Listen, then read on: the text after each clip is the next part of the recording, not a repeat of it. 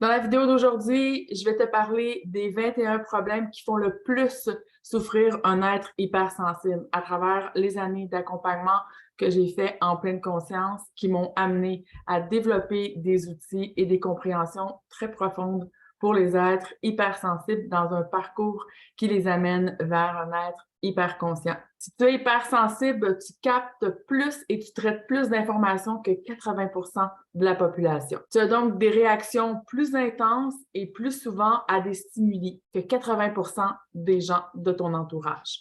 Donc, une personne sur cinq. Tu es donc une éponge à capter plus d'informations, plus d'énergie et plus d'émotions. Ton cerveau fonctionne comme une Ferrari, mais puisqu'il n'est pas ajusté, eh bien, tu peux en souffrir. Tu vis probablement la majorité de ces 22 situations qu'on va voir aujourd'hui ensemble si tu es hypersensible. Laisse-moi en commentaire ceux qui t'ont touché le plus dans ton parcours d'hypersensibilité. Bien sûr, je vais faire un survol rapide de ces sujets-là, mais par la suite, je vais prendre chacun de ces points et je vais faire des vidéos beaucoup plus approfondies. Donc, abonne-toi à ma chaîne pour avoir les informations plus approfondies de chacun des points qu'on va voir dans cette vidéo. Si tu n'es pas encore inscrite au webinaire que j'offre gratuitement sur l'hypersensibilité, je t'invite à suivre le lien sous la vidéo pour avoir plus d'informations sur les dates prochaines pour le webinaire. Dans ce webinaire, je vais parler des 4 niveaux de sensibilité. Je vais parler du parcours, des étapes du parcours pas à pas de l'être hypersensible à l'être hyperconscient.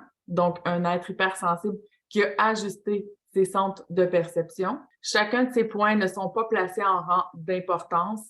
Vous allez vivre de manière différente selon votre degré de sensibilité ces points-là. Donc, je vous invite peut-être à aller prendre un papier et un crayon et à prendre en note chacun des points et de marquer des petites notes, des petites étoiles, quelque chose à côté pour vous indiquer, vous, par exemple, sur 10, à quelle intensité que ça l'a affecté ou que vous en avez souffert dans votre vie. Donc, débutons avec le premier point. Tu as un grand sentiment d'être incomprise et d'être différente des autres. En tant qu'être hypersensible, on vit souvent ce sentiment d'être incompris et ce qui se cache derrière, c'est vraiment ce besoin de se comprendre soi-même. Puis on s'aperçoit pendant le parcours, et surtout si vous venez chercher des informations avec une personne comme moi, que puisque seulement qu'une personne sur 5 a un grand degré de sensibilité, il n'y a pas beaucoup de gens, donc 80% des gens finalement ne peuvent pas comprendre votre degré de sensibilité, ne peuvent pas comprendre votre réalité. Ils en ont simplement pas la capacité. Donc à un certain moment, on en souffre. On en souffre pendant un long moment jusqu'à ce qu'on comprenne que les gens vont comprendre à la mesure de leur capacité. C'est pas parce qu'ils ne veulent pas vous comprendre. Souvent, même les gens alentour de vous peuvent être démunis, se sentir vraiment en impuissance face au fait qu'ils essaient de vous comprendre, mais que c'est impossible pour eux. Donc, il serait bien d'essayer de ne pas les faire culpabiliser de ne pas vous comprendre. Ce n'est pas possible pour eux.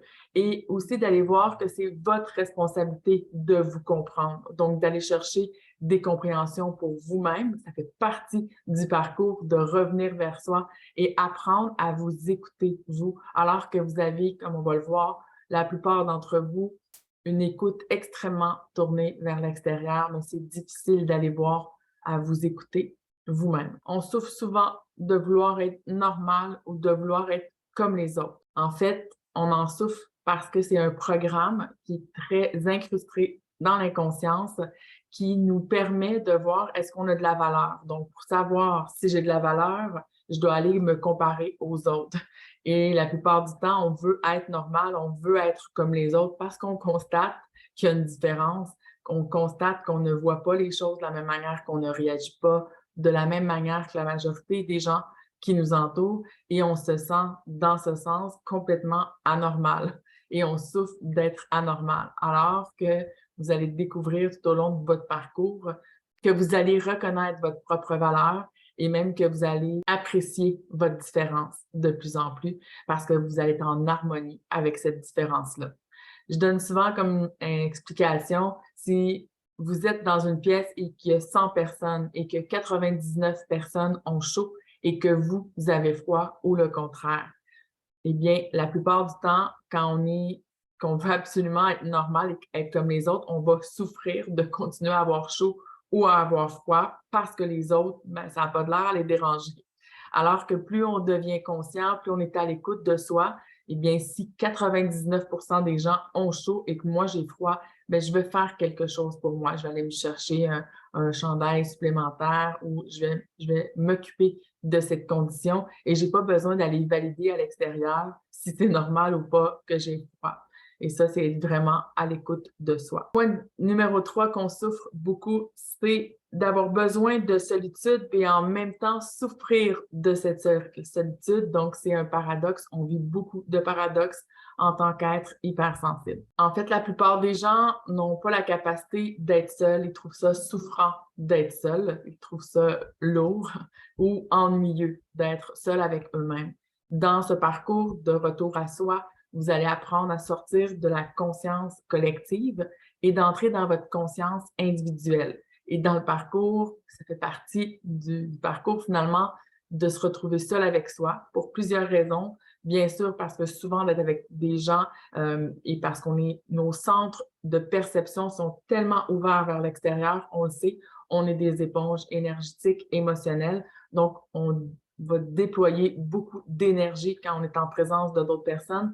Alors, c'est un besoin qui devient vraiment primordial de se retrouver seul. Donc, au départ, on ne le fait pas parce qu'on veut être seul, mais parce que c'est nécessaire. Alors, permettez-vous d'être seul, mais il y a toujours des résistances quand on commence à changer comme ça. Donc, votre extérieur va vous trouver bizarre d'agir de cette manière-là, mais c'est à vous de vous écouter. Donc, c'est le début d'une bulle d'amour qui s'installe pour vous, enfin, dans votre vie. Numéro 4, vous souffrez probablement d'être trop sévère et critique envers vous-même. Vous avez un fort programme d'interprétation de ce que les autres pourraient penser de vous et vous êtes dans ce sens extrêmement sévère parce que ça vient interférer avec d'autres programmes inconscients où est-ce qu'on veut être parfait, on cherche à être dans la perfection pour se faire aimer et pour démontrer notre grande valeur. On déploie énormément d'énergie à vouloir plaire à l'autre, à vouloir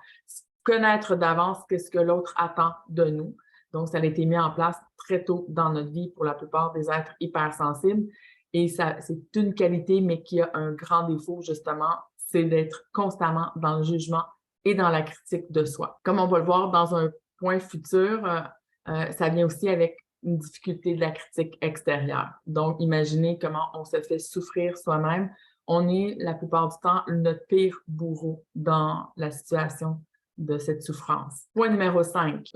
On peut souffrir d'une sensation de vide et en même temps d'une perte d'envie de goûter à la vie. Donc, on dirait que tout devient fade à un certain point dans le parcours. Donc, cette sensation de vide, comme on pourra le voir dans une prochaine vidéo, elle s'installe parce qu'on libère des mémoires, puis en libérant des mémoires, des programmes inconscients, on laisse un espace de vide. Et le temps que nous, on prenne place, qu'on mette notre essence, notre conscience dans cet espace qui est énergétique ou vibratoire, eh bien, pendant un certain temps, on peut sentir ce manque de goût à la vie, ce vide qui est là et qu'il n'y a rien qui peut remplacer parce qu'en réalité, c'est fait pour que vous preniez place à l'intérieur de vous. Point numéro 6, qu'on va souffrir en tant que personne hypersensible, c'est qu'on peut faire profiter de notre empathie, de notre gentillesse et de notre syndrome de sauveur-sauveuse. Et on attire souvent des pervers narcissiques, des personnes manipulatrices, des abuseurs par notre non-ajustement, justement, de cette gentillesse et de cette bienveillance qui doit d'abord être développée pour soi. Le point numéro 7 des plus grandes souffrances pour un hypersensible, grande curiosité et besoin d'apprendre. Donc, on se pose énormément de questions et on souffre de ne pas avoir de réponse. C'est fait partie, encore une fois, du parcours de révélation de soi, de l'être hypersensible à l'être hyperconscient. On souffre de ne pas savoir, alors qu'on, dans le fond, souvent on est dans le contrôle et on veut savoir d'avance, on veut savoir pourquoi. Et là, on s'aperçoit que dans le parcours, que dans l'ouverture de cette conscience, on ne sait pas tout et qu'on ne peut pas interpréter en croyant savoir tout. Et là, on va commencer à souffrir du fait qu'on ne sait pas finalement et qu'on soit en capacité d'accepter qu'on ne sait pas. Et ça va se travailler en spirale dans ce parcours pour faire dans différents domaines, on va aller dans différents domaines touchés à ne pas savoir. Donc, ne pas prédire des choses, ne pas savoir d'avance. Et ça, ne pas savoir d'avance, ça fait énormément souffrir. On va le voir dans un autre point tout à l'heure.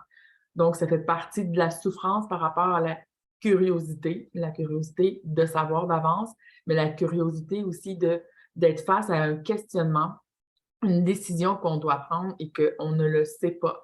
Donc, on va développer d'être dans cet état de sécurité intérieure de plus en plus et dire, ben, pour l'instant, je ne sais pas ce que je veux faire. Ça peut être aussi banal que de savoir est-ce que je vais à un souper d'amis ou pas. Et là, on a un stress qui est là, mais je ne sais pas qu'est-ce que je veux, etc.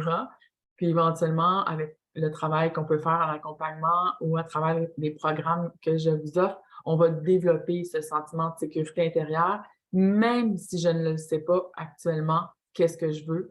Je verrai quand ce serait le temps de prendre la décision, ou bien si je n'ai pas d'élan de décider, c'est juste pas fait pour moi, par exemple. Donc, d'accepter que je ne sais pas tout, malgré une grande curiosité et un besoin d'apprendre. Donc, dans le besoin d'apprendre, parce que ce point-là, on peut tellement aller en profondeur. Dans le besoin d'apprendre, il y a aussi le fait qu'on se pose des questions, par exemple, sur le parcours, sur ce processus, sur l'hypersensibilité et qu'on est des avant-gardistes, donc des pionniers dans cette mutation, dans ce processus-là. Alors, il n'y a pas énormément d'informations. La plupart des informations vont nous faire tourner en rond pendant un certain temps. On nous dit toute la même chose, finalement, que c'est un don d'être hypersensible, alors que c'est un paradoxe. Encore une fois, il y a beaucoup de paradoxes pour l'être hypersensible. C'est oui, ça a de l'air extraordinaire, ça a de l'air d'un don parce qu'on va percevoir énormément plus, plus en profondeur et plus subtilement, mais on en souffre énormément aussi. Donc, c'est comme si on te dit, dans le fond, c'est comme la même phrase qu'on nous disait, soit faut souffrir pour être belle. C'est comme un peu la même chose pour l'être hypersensible. Tu dois souffrir un peu pour être hypersensible et des fois, c'est un peu beaucoup. Donc, on souffre d'être hyper empathique. On offre beaucoup de compréhension vers l'extérieur, d'amour, de gentillesse, mais à la fois, on peut se faire abuser, comme je l'ai dit tout à l'heure, alors on peut en souffrir énormément. Le point numéro 8, où est-ce qu'on peut souffrir énormément, c'est de ne pas terminer ce qu'on commence. Donc, on a une phase un peu de TDAH. On commence une tâche, on en termine une autre. On n'a pas les idées claires. Pourtant, on est dans un élan de créativité et donc, ça peut arriver ça et c'est très frustrant, très souffrant parce qu'on a énormément à déployer. On le sent qu'on est en ébullition de créativité et des fois, on va toucher à plein de choses à la fois. On a le goût de faire plein de choses, puis le goût peut s'arrêter ou on n'a plus d'inspiration et on se retrouve avec plein de projets qui ne sont pas achevés. Ça fait également partie des frustrations dans le processus. Les frustrations aident énormément à démontrer à l'ego que c'est pas toujours lui qui a le contrôle. On apprend énormément par les situations de vie à lâcher prise et on ne force pas le lâcher prise. Le lâcher prise, il s'installe et on constate que le lâcher prise a été mis en place. J'en parlerai dans une autre vidéo. Le point numéro 9, c'est un gros point de souffrance. Donc, c'est beaucoup de difficultés à mettre nos limites, difficulté à être équilibré dans ce qu'on offre à l'autre et de ce qu'on offre à soi et difficulté à dire non.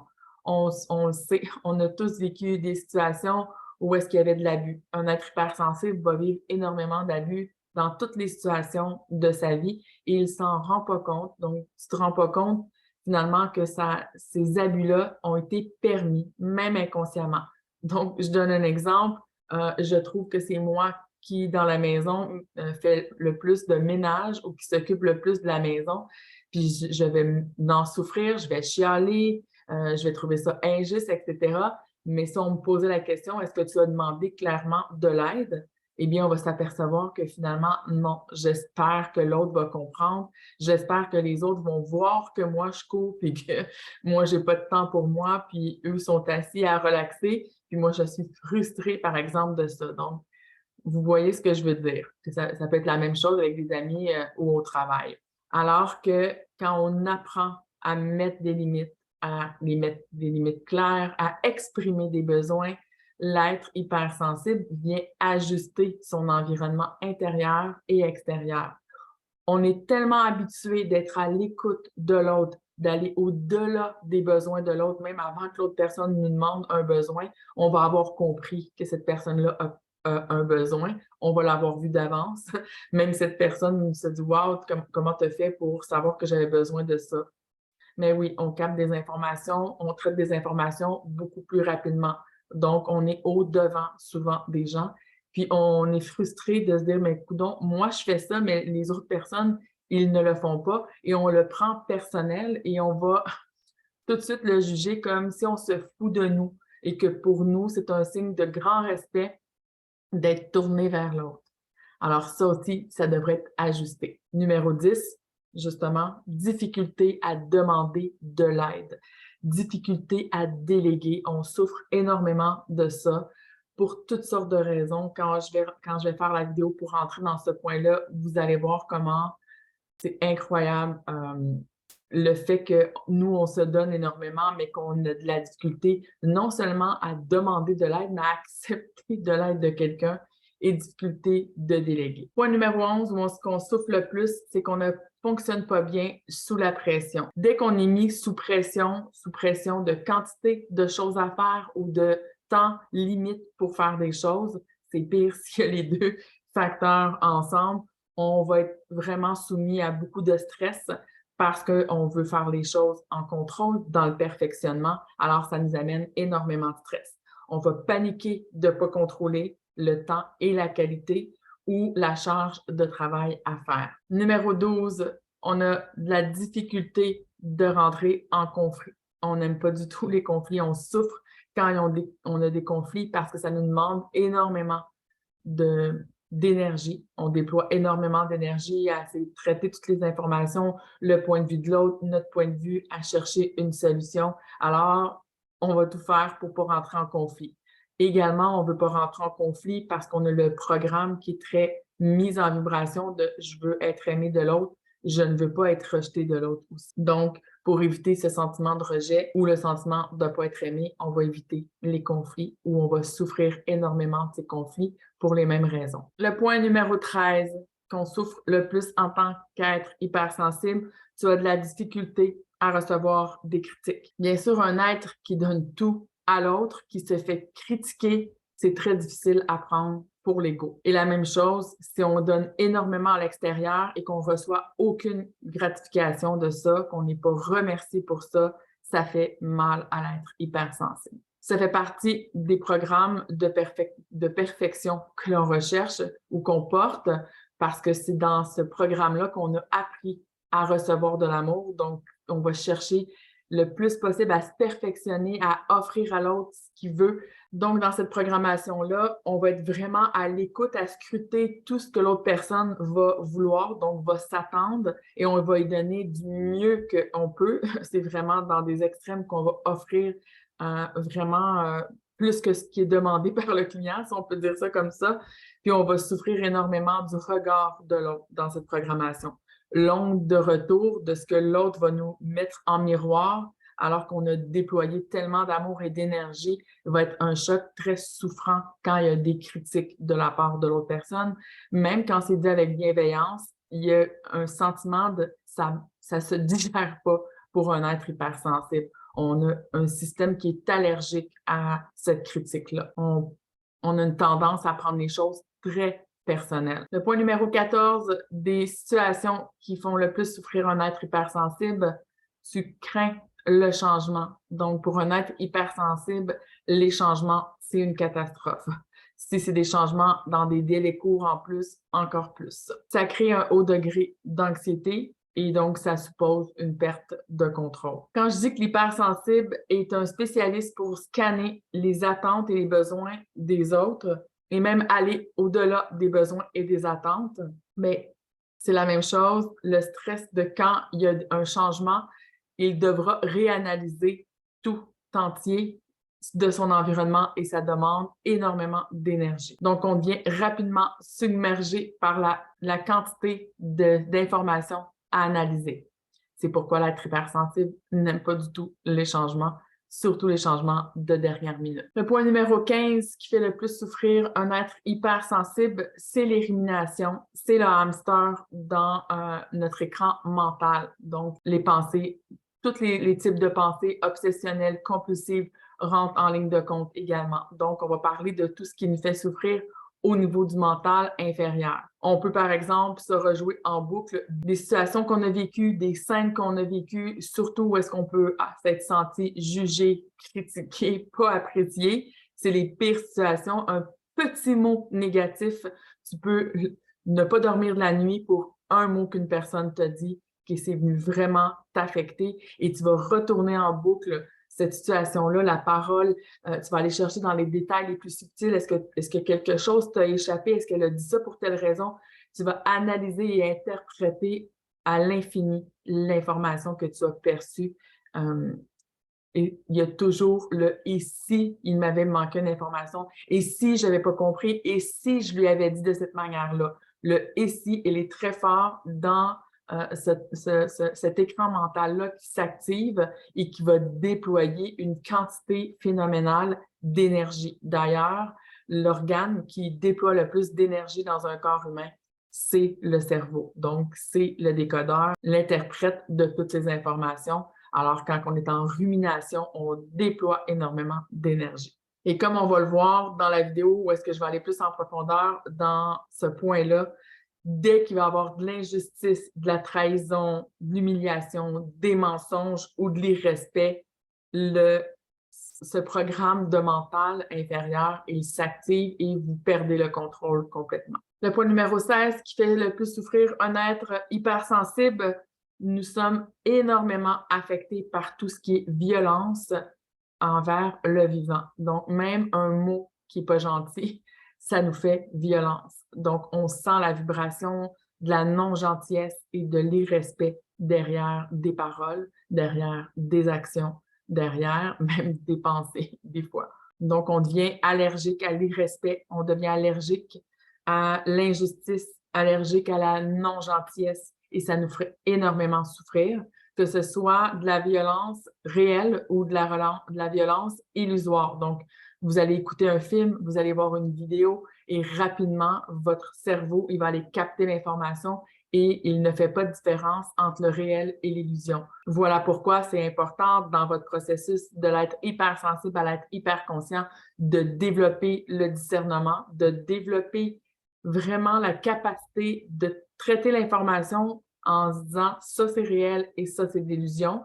Et pendant un certain temps, pour n'en souffrir le moins possible, je vous dirais de vous éloigner de toutes ces sources de violence-là. Vous n'avez pas besoin d'amener déjà un système nerveux, un système émotionnel qui est à vif à avoir des images, des sons ou des situations qui vont venir vous affecter encore plus. C'est assez facile de traiter, disons, de ne pas aller voir des films violents ou des films d'horreur ou d'être avec des gens qui ont une agressivité. Le numéro 17 de qu'est-ce qui peut faire souffrir le plus un être hypersensible, c'est qu'on analyse en profondeur le comportement des autres en micro-détails, dans les micro-mouvements. On a un œil de lynx, même au-delà des 5 sens. Donc, dans un autre sens, où est-ce qu'on sent les énergies, où est-ce qu'on sent la vibration, on va aller détecter des choses que pas beaucoup de gens vont détecter. Puis après coup, si on ose le dire à certaines personnes qu'on a détecté ça, ils vont dire « Où est-ce que tu as pris l'information? » Ça ne s'explique pas le nombre d'informations à la seconde que notre cerveau peut traiter et les interprétations, finalement, les informations qui vont venir par la suite à notre système nous indiquer la réalité. On dit en fait que vous avez une attitude de Colombo parce que vous avez ce sens très profond du détail, même les plus subtils. Bien sûr, ça fait en sorte que vous savez quand quelqu'un vous ment, quand on vous cache des choses, parce que sur l'échelle du degré de sensibilité, je rappelle qu'il y a 4 degrés de sensibilité. Si vous n'êtes pas encore inscrit au webinaire, je vous invite à le faire. Les détails sont sous la vidéo. Dans ce webinaire, je vais vous indiquer justement qu'il y a 4 degrés de sensibilité et une personne qui est au degré numéro 1 ne va pas comprendre si vous êtes au degré 3 ou 4, que vous avez perçu qu'elle vous mentait, parce que sûrement que cette personne, elle est habituée de passer sous les radars et que votre radar, il est tellement peaufiné que rien qui vous échappe, même une poussière de mensonge. Mais par contre, on va en souffrir beaucoup parce que même si nous, on peut percevoir, l'autre personne va peut-être avoir tellement ses gardes pour ne pas laisser transparaître, elle ne veut pas qu'on rentre dans la réalité qu'elle ment. Même elle, elle se ment à elle-même la plupart du temps. Donc, ça peut faire des conflits. Tout ça doit être ajusté. Premièrement, ajusté à l'intérieur de vous. Je vous le rappelle que c'est important de vous comprendre parfaitement. Puis ensuite, ça peut être ajusté avec l'extérieur. Tout ça pour votre bénéfice, pour arrêter de perdre des énergies puis être dans un bien-être. Le point numéro 18, où est-ce qu'on souffre le plus en tant qu'être hypersensible, c'est se sentir à vif émotionnellement. Donc, on est extrêmement réactif, on est des éponges émotionnelles. Nos émotions à nous nous font réactiver fois 1000 les émotions des autres parce qu'on est très empathique aussi. Donc, on a une grande écoute, on a une capacité d'aider, de comprendre, d'aller au-delà des besoins de l'autre personne. Donc, ça active plus qu'à la normale, pour une personne normale, le corps émotionnel. Et quand on parle d'émotion, on parle d'intensité énergétique et donc de perte énergétique très importante. Alors, on en souffre énormément. C'est le point qu'on souffre le plus et c'est pourquoi souvent un être hypersensible est considéré comme un être hyper émotionnel parce que c'est la base, c'est le système émotionnel, puisque le système émotionnel est relié au système nerveux et à toutes les hormones. Donc, c'est la base de tous les symptômes les plus importants où est-ce qu'on en souffre le plus en tant qu'être hypersensible. Éventuellement, quand l'hypersensibilité est ajustée, on va vivre beaucoup plus de sentiments, donc on va ressentir les choses, on va avoir le message de l'information, mais on ne va pas en souffrir. Dans les émotions, on souffre de l'information parce que ça nous met en vibration énormément. Mais quand on transforme l'information, où est-ce qu'elle est plus ajustée, on va avoir toute l'information. Donc, je vais avoir l'information que la personne devant moi, elle a beaucoup de tristesse, j'ai beaucoup d'empathie pour elle. Je vais recevoir l'information, mais je ne vais pas recevoir l'intensité énergétique de la vibration, de l'émotion.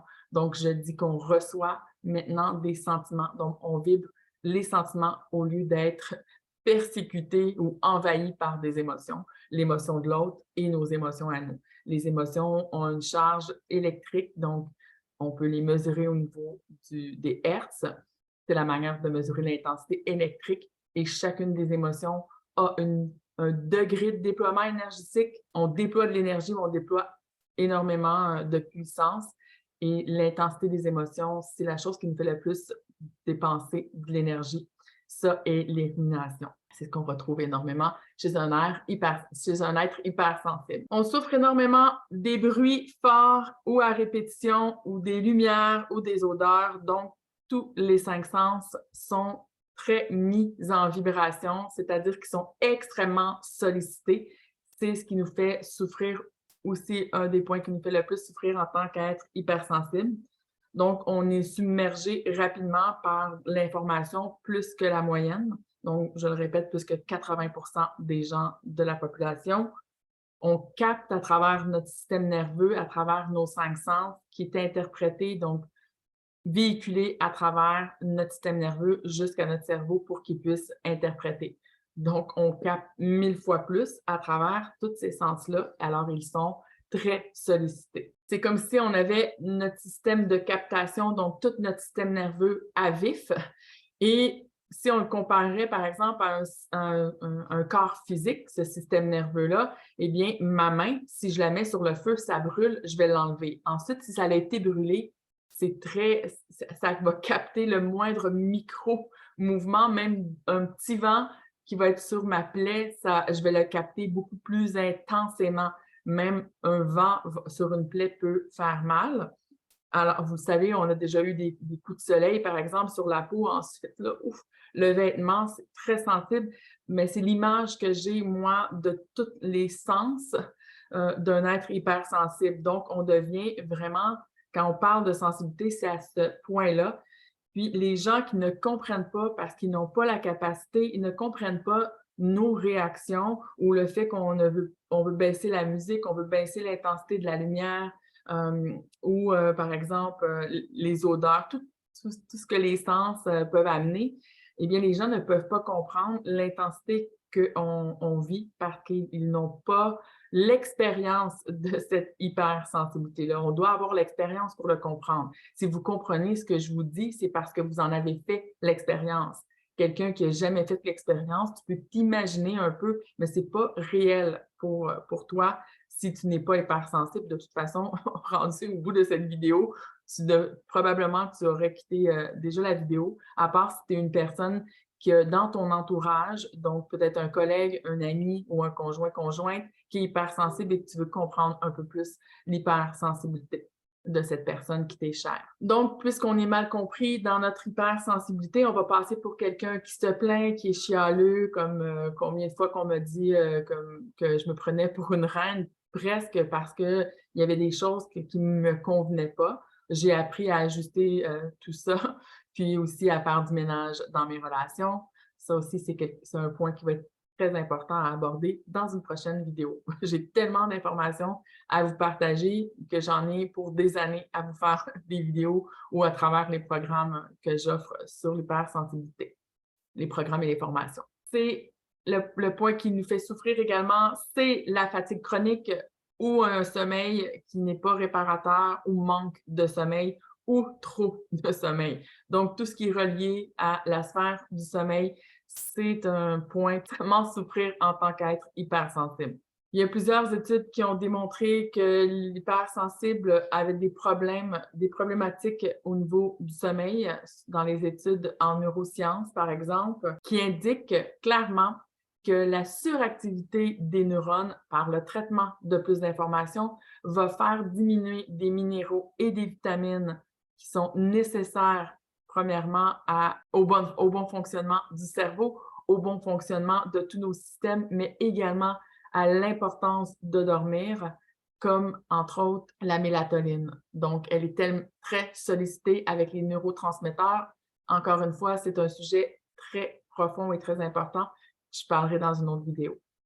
Voilà, c'était les 21 points des sujets ou des situations qui nous font le plus souffrir en tant qu'hypersensibles. Rappelez-vous que vous êtes des piliers et donc des porteurs de nouveaux codes pour amener l'humanité à changer. Vous êtes porteurs de nouveaux codes de conscience pour amener l'humanité à s'équilibrer. Votre présence rend le monde meilleur et votre monde à vous inclus seulement si vous ajustez votre hypersensibilité. Sinon, vous demeurez un martyr de cette hypersensibilité. Si tu considères que tu mérites le meilleur et que tu désires avoir une vie plus stable, plus harmonieuse et sereine, que ce soit avec tes amis, avec la famille, avec tes enfants, ton conjoint ou au travail, je t'invite à t'inscrire au webinaire. Tu vas apprendre énormément de choses pour toi. Si cette vidéo t'a plu également, je t'invite à la partager, à la liker et à t'abonner à la chaîne si ce n'est pas déjà fait. Je vous dis à bientôt.